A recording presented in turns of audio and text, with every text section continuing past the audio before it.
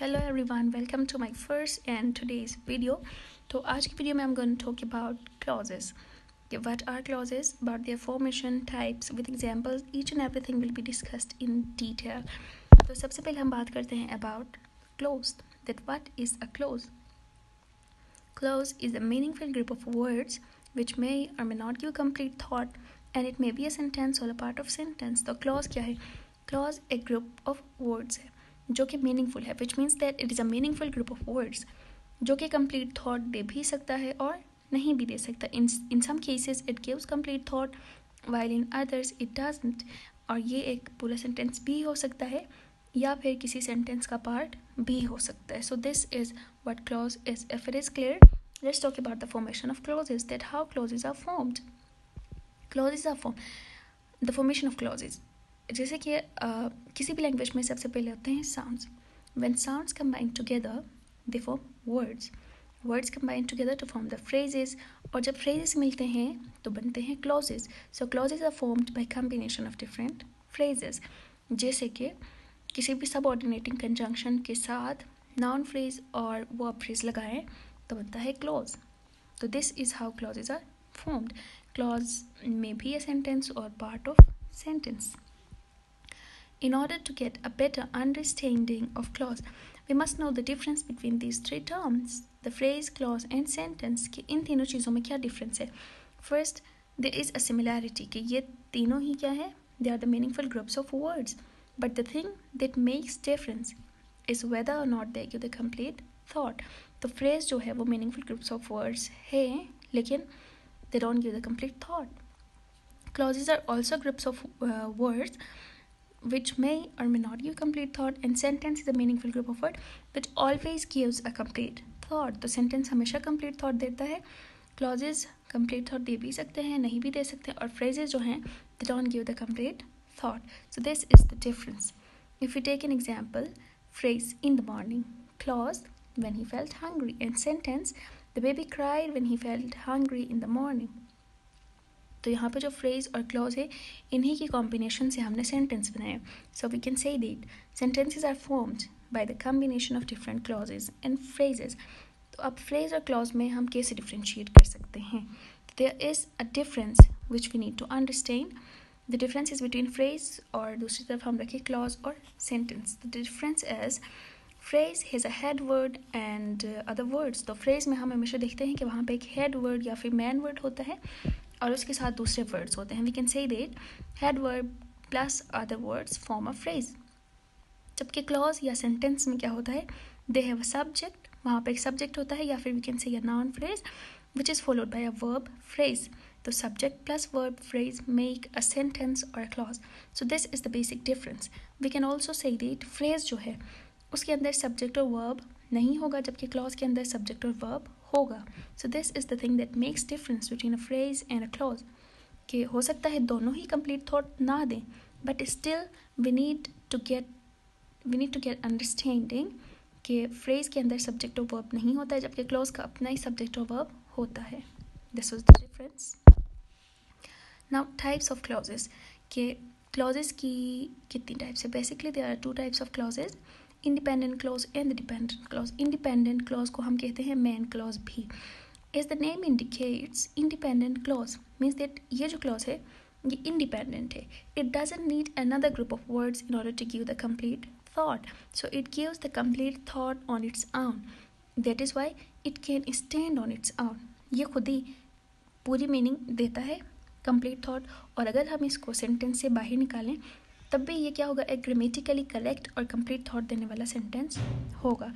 That is why we can say that the independent clause can stand on its own, and the structure is it comprises of a subject and a verb phrase.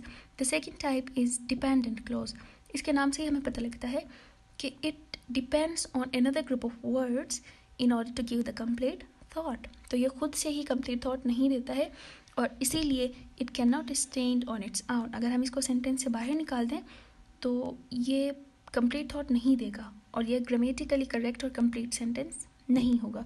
और its structure is subordinating conjunction शुरू में आता है और उसके साथ लगेगा subject and verb phrase. Subordinate clause को सबऑर्डिनेट क्लॉज क्यों कहते हैं? क्योंकि इनके साथ हमेशा लगता है subordinating conjunction.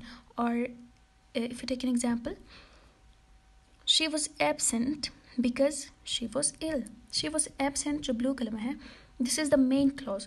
Y? Because it has a subject and a verb phrase which gives a complete thought.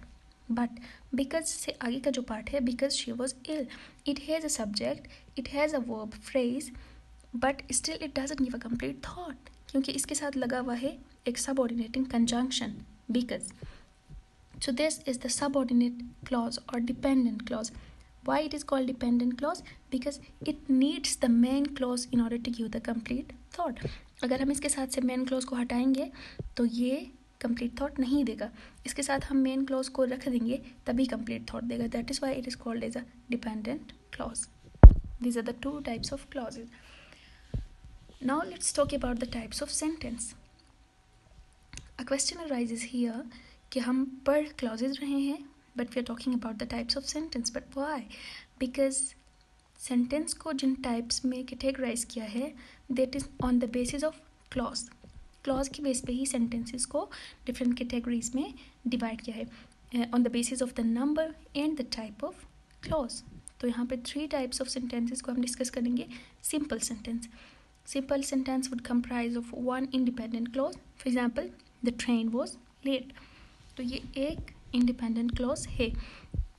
And the compound sentence, it comprises of 2 or more independent clauses. यहाँ पे 2 या 2 से ज़्यादा independent clauses होंगे. For example, Aslam likes cricket and Ahmed likes football. तो यहाँ पे Aslam likes cricket एक independent clause हो गया, और Ahmed likes football, this is the second independent clause, which are joined together by a coordinating conjunction. And so this is an example of compound sentence.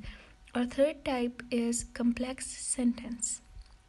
Complex sentence will always comprise of one independent clause and one or more dependent clause. इसमें एक ऐसा clause होगा जो independent है, और उसके साथ एक या एक से ज़्यादा clauses ऐसे होंगे जो कि dependent है. For example, Aslam likes cricket because he is a good cricket player. Aslam likes cricket, ये independent clause हो गया, और इसके बाद जो है वो dependent clause है because he is a good player. तो इन दोनों की combination से जो sentence बना है, that is an example of complex sentence. So these are the 3 types of sentences. अब clause का जो second type है subordinate clause, which is also called as the dependent clause. इसके further 3 types हैं: the complement clause, relative clause and the adverbial clause. complement clause क्या है? इसके नाम से हमें पता लगता है कि complement clause जो है, इसके साथ हमेशा लगा हुआ होगा एक complementizer. अब complementizer क्या है?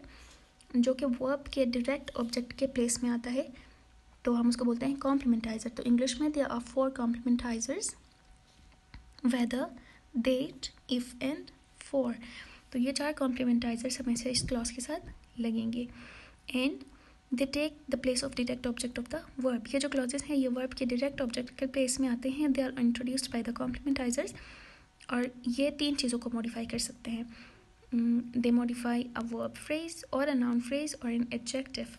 तो इसी बेस पे इसके further 3 types हैं: verb complement, noun complement and adjective complement. verb complement एक ऐसा complement clause होगा जो कि verb phrase को modify करता है. For example, Aslam doubts if he can do the task. अब यहाँ पे जो doubts है, that is a verb, और if से आगे का जो part है, that is complement clause, क्योंकि इसके शुरू में लगा है complementizer if. तो ये verb को describe कर रहा है. That is why this clause will be the verb complement. And same is the thing with noun complement. Noun complements क्या करते हैं? Noun phrases को modify करते हैं. For example, everybody liked the idea that they should arrange a party. अब यहाँ पे जो the idea है, that is a noun phrase, और वहाँ से आगे that is a complementizer, और उधर से आगे का जो part है, that is a complement clause. तो ये complement clause noun phrase के बारे में बता रहा है. That is why it is a noun complement. And the third type is adjective complement. Adjective complement जो है वो किस चीज़ को modify करता है? Adjective को modify करता है. Nida was confident that she would pass the exam. तो confident जो है, that is an adjective, और that is complementizer, और that she would pass the exam जो है वो complement clause है. और ये जो कॉम्प्लीमेंट क्लॉज है ये क्या करता है, एडजेक्टिव को मॉडिफाई कर रहा है, और एडजेक्टिव क्या है, confident. That is why this complement clause will be the adjective complement. Now let's talk about the relative clause. Relative clause क्या होता है? रिलेटिव क्लॉज एक ऐसा सबऑर्डिनेट क्लॉज होता है जो कि नाउन्स को मॉडिफाई करता है. दे मॉडिफाई द नाउन्स, और they are introduced by two things. ये दो चीज़ों से इंट्रोड्यूस हो सकते हैं. The first is the relative pronoun which, who, whose, whom. अगर ये रिलेटिव प्रोनाउंस इसके शुरू में भी लग सकते हैं, या फिर second possibility is that be introduced by a subordinating conjunction, that. तो इन चीज़ों से ये इंट्रोड्यूस हो सकते हैं. And they are traditionally called as adjective clauses. Traditionally इनको एडजेक्टिव क्लॉजेज कहा जाता है. Why? Because they modify the nouns, और नाउन्स को जो मॉडिफाई करते हैं उनको कहते हैं adjectives. That is why these clauses are called as the adjective clauses. For example, the story which Mrs Majeed told her class was very interesting. अब यहाँ पे जो विच है that is a relative pronoun, and as I told you relative clauses के शुरू में हमेशा लगेगा एक रिलेटिव प्रोनाउन. तो यहाँ से आगे का जो पार्ट है that is the relative clause. क्यों? क्योंकि ये नाउन को मॉडिफाई कर रहा है, और यहाँ पे नाउन क्या है, स्टोरी. तो स्टोरी को मॉडिफाई कर रहा है, and it is introduced by a relative pronoun which. So this clause will be a relative clause. And the second example is the boy who helped the old lady was Ahmad. यहाँ पे भी boy noun है, noun को describe कर रहा है ये सारा clause. That is why it is a relative clause, और it is also introduced by a relative pronoun who. But there are two cases.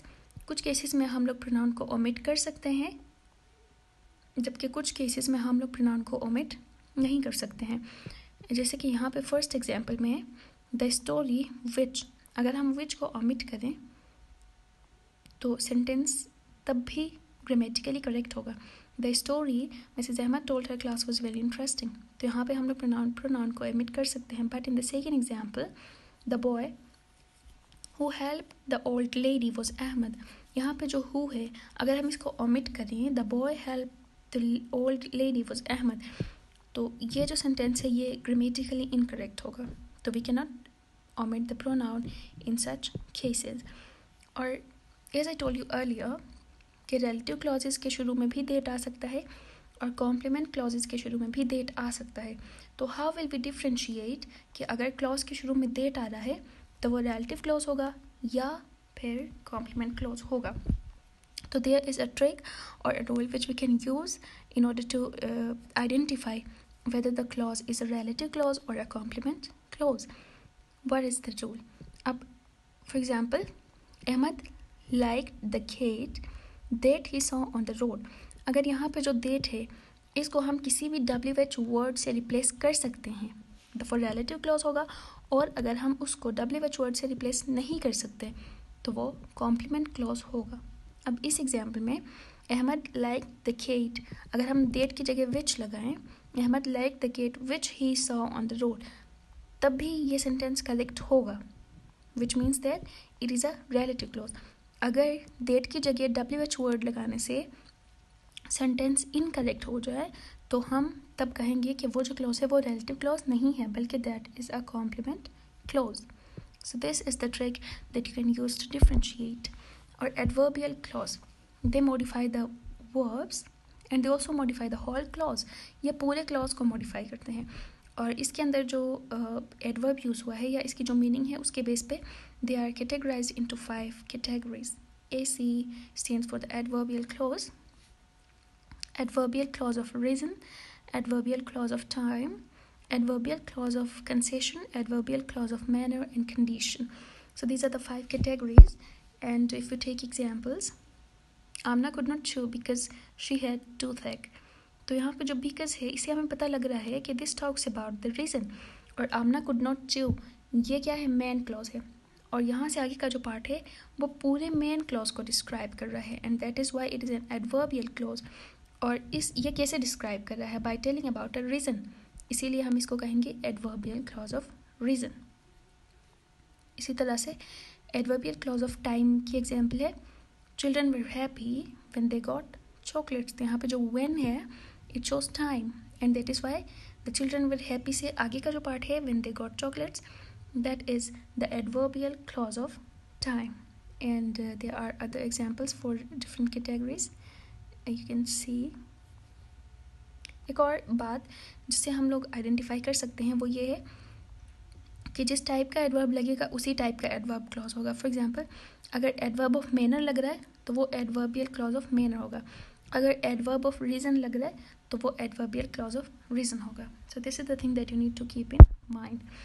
And अब तक तो हमने पढ़ ली कि what are the types of subordinate clauses. But how can we identify the subordinate clauses? अगर different sentences के अंदर आ जाएं तो sometimes it's difficult to identify the subordinate clause.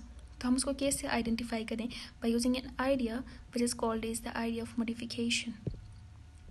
The first rule is if subordinate clause modifies entire main clause, it is adverbial clause.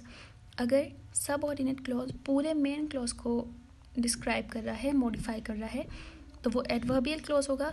अगर वो सिर्फ verb को modify कर रहा है तो complement clause होगा.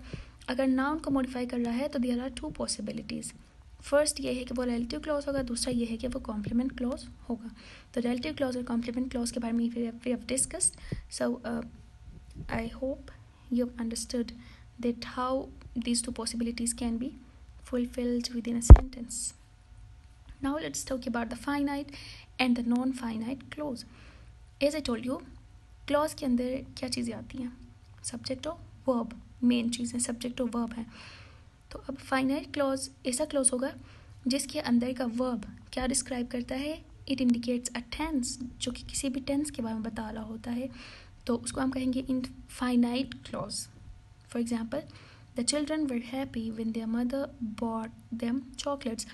अब happy when their mother bought, ये जो bought है वो tense को शो कर रहा है. कौन से tense को शो कर रहा है? Past tense. That is why this clause will be the finite clause because of the indication of tense by its verb. And infinite clause में क्या होगा? अगर उसका वर्ब इन्फिनेटिव फॉर्म में है तो हम उसको कहेंगे इनफाइनाइट क्लॉज.